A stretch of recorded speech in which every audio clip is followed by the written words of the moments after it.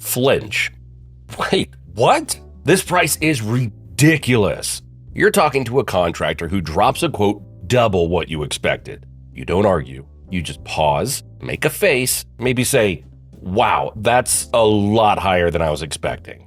Your reaction signals that their offer might be too high, and they might feel pressured to offer a better price. Same goes if someone at work hands you a project with a ridiculous deadline. You don't argue right away. Instead, you look surprised and say, "Wow, that's a pretty intense timeline." That little flinch shows them that their expectation is unrealistic, and they might rethink or at least offer you help. Mirroring. Oh, how I love watching 5-hour documentaries about butterflies. This one's sneaky, but super effective.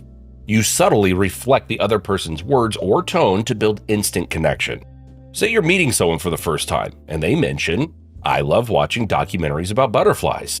You mirror back with, "Ooh, tell me about it. I love that too." The longer the better, and preferably when there's no audio.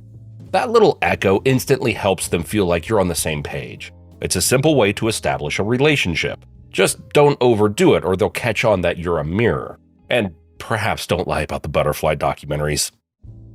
Build a yes ladder. You want to take your crush on a date, but you're a bit scared. Hearing no can really hurt. Your chances of success increase when you get multiple yeses before. This is how. Start with small yes questions. "Hey, you love new restaurants, right?" "Yes." "And you're free Saturday?" "Yes." Then hit them with, "Great, let's try that new spot."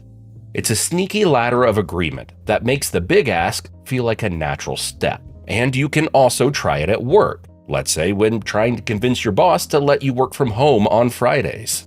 Try something like, "You agree that the team's been really productive lately, right?" They'll likely nod. "It's great to see we're all motivated, isn't it?" Another easy yes. By the time you get to, "So, Susan, how about trying remote Fridays to keep that momentum?" They're already primed to agree. Or you can start packing your stuff. Mouth shut. This one's so simple, it's genius. Imagine you're negotiating your salary. Your manager offers a raise, but it's not quite what you had in mind. Instead of immediately responding with a thank you or a counteroffer, you just say, "Nothing." You pause, maybe nod a bit, but you don't rush to fill the silence. That quiet moment makes your manager wonder, "Did I offer too little?"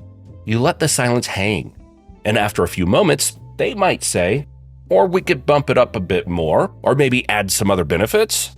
Silence here isn't about ignoring the other side. It's about giving space that creates a slight discomfort and makes them rethink their own offer. They'll sometimes even sweeten the deal just to make that silence stop. So, when used well, silence speaks louder than words. Walk away.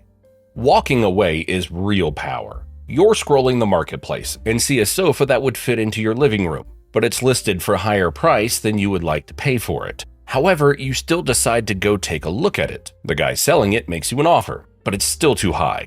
Instead of pushing back or negotiating endlessly, you smile and say, "Thanks for your time, but I'll need to pass if we can't get down to $300. You're simply letting him know you're ready to walk out. No drama. And here's the magic.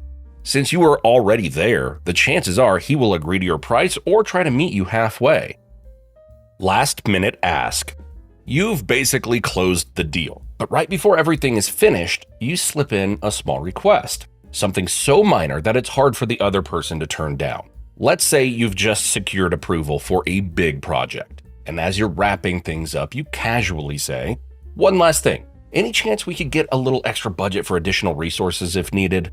It's small enough that your manager is likely to agree, especially since the bigger decisions have already been locked in. The smart trick makes it easy to grab a little extra without making it feel like a big deal. Good cop, bad cop.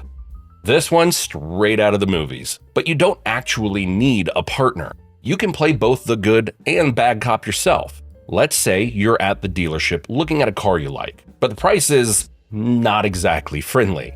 So you start with a bit of bad cop. You tell the salesperson, "Listen, I like the car, but at that price, it's hard to justify. I mean, with the mileage it has and those little scratches on the bumper, You trail off, letting them think you're about to walk. Then switch to good cop. Say, "But hey, if we could get the price down a little or maybe throw in an extended warranty, I think we could make this work." You're giving them a chance to sweeten the deal to keep you on board. And that's the trick. They're more likely to talk discounts or throw in extras to save the sale. You've got a better chance of getting the car and maybe a few perks thrown in at a better price. More than you want. This one is a bit bolder, but I am sure many of you use it quite often. In many situations, it might be beneficial for you to aim a little higher than what you're hoping for. Let's say you're pushing for a $5,000 raise. Instead of asking for $5,000, you say, "I'd like to discuss a $7,000 raise." Higher than what you expected, but now when your boss comes back with $5,000, it feels like a win. This technique has been a part of trade between people for a really long time. It's so commonly used that others often expect it even before they start negotiating with you.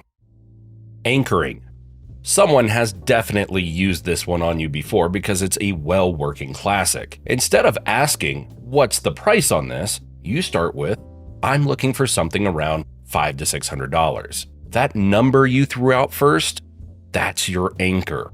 Now the other side feels like they need to either beat that anchor price or come as close to it as possible. You can use this in personal life too. Let's say you're planning a weekend out of the town. Instead of writing to the group chat, "Hey, what do you want to do?" you write, "I was thinking a hiking trip on Saturday could be fun." Now you've planted the idea, and they'll likely consider something along those lines instead of throwing out totally different options. Anchoring helps you control the direction of the conversation. FOMO. They're only here for 1 weekend this year. You have to go see them.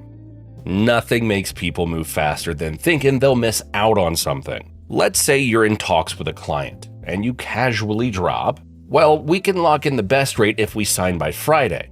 Instantly, you've introduced a deadline, and no one wants to miss out on the best rate, right? Nothing makes people act faster than the idea that something might slip through their fingers. This is Steve, and he is organizing a workshop about fishing. He's pretty well known and comes with an announcement. There's a limited number of spots available for this session, so if you're interested, let me know soon. Suddenly, people who might have wanted to wait with booking feel the urge to secure their spot. Time pressure. When you're selling someone your service and you know they're interested, give them a deadline. For example, if we sign the contract by Friday, I can start right away, and you'll have it in 10 days. Otherwise, I won't be able to get it done until next month. Suddenly, they're thinking, Friday it is. And hey, this works in personal settings too. You offer to help a friend with something, but you're only available this week. If they want your help, they're now on your timeline. Just like with any other technique, don't overuse it. Lowball. Ah, the lowball. Not everyone's cup of tea, but when you pull it off, it does wonders. You're looking at that $15,000 car, and you confidently tell them, "I'll give you $12,000 for it." Sure, it feels like a slap in the face, but guess what? You've set a low bar, and when you finally settle somewhere in the middle, it's a lot closer to what you actually wanted. But you can also use it to help you not get overwhelmed later. Let's say you're asked to take on another big project at work. Instead of just saying yes, you set the bar low by responding with, "I can probably only dedicate about 5 hours a week to this with all my other work." So if they want you to do more, it feels like an exception, not a given. You're managing their expectations right from the start and keeping control of the situation. Trade-off. This one is a lifesaver when your perfect plan crumbles like a house of cards. Let's say you're working on a big product launch, and you need the design team to create some new graphics, but your boss gives you an unusual response. The design team is all tied up with other projects. Instead of starting an office fight, you stay cool and suggest, "All right, what if we get some support from marketing? I know Sarah over there has done some great designs in Canva before. I vividly remember the bowling party invitation she sent out last year." Now you're not just standing there helpless. You've already come up with a backup plan. Sarah, You didn't get the exact team you wanted, but you're still moving the project forward with a different team that can get the job done. Hopefully. Because. Adding because instantly makes your argument 50% more convincing. Why? Because I said so, of course. There is probably no data about this, but the word itself is like a magic spell that grants you instant authority. It's so simple, but it works. It's just like when you're at a coffee shop and you're running late. But instead of begging for your order to be rushed, you say, "Could you please prepare this a little faster because I'm late for a meeting?" Doesn't sound desperate. It sounds like a perfectly reasonable request. And boom, it gets done. For me personally, it worked really well when renegotiating my phone plan. I got 20% off monthly because I told them I wasn't happy with the price I was paying, despite being a loyal customer. If you want to learn how to win at business, watch the video you see on the screen. My name is Matt, and I thank you for watching.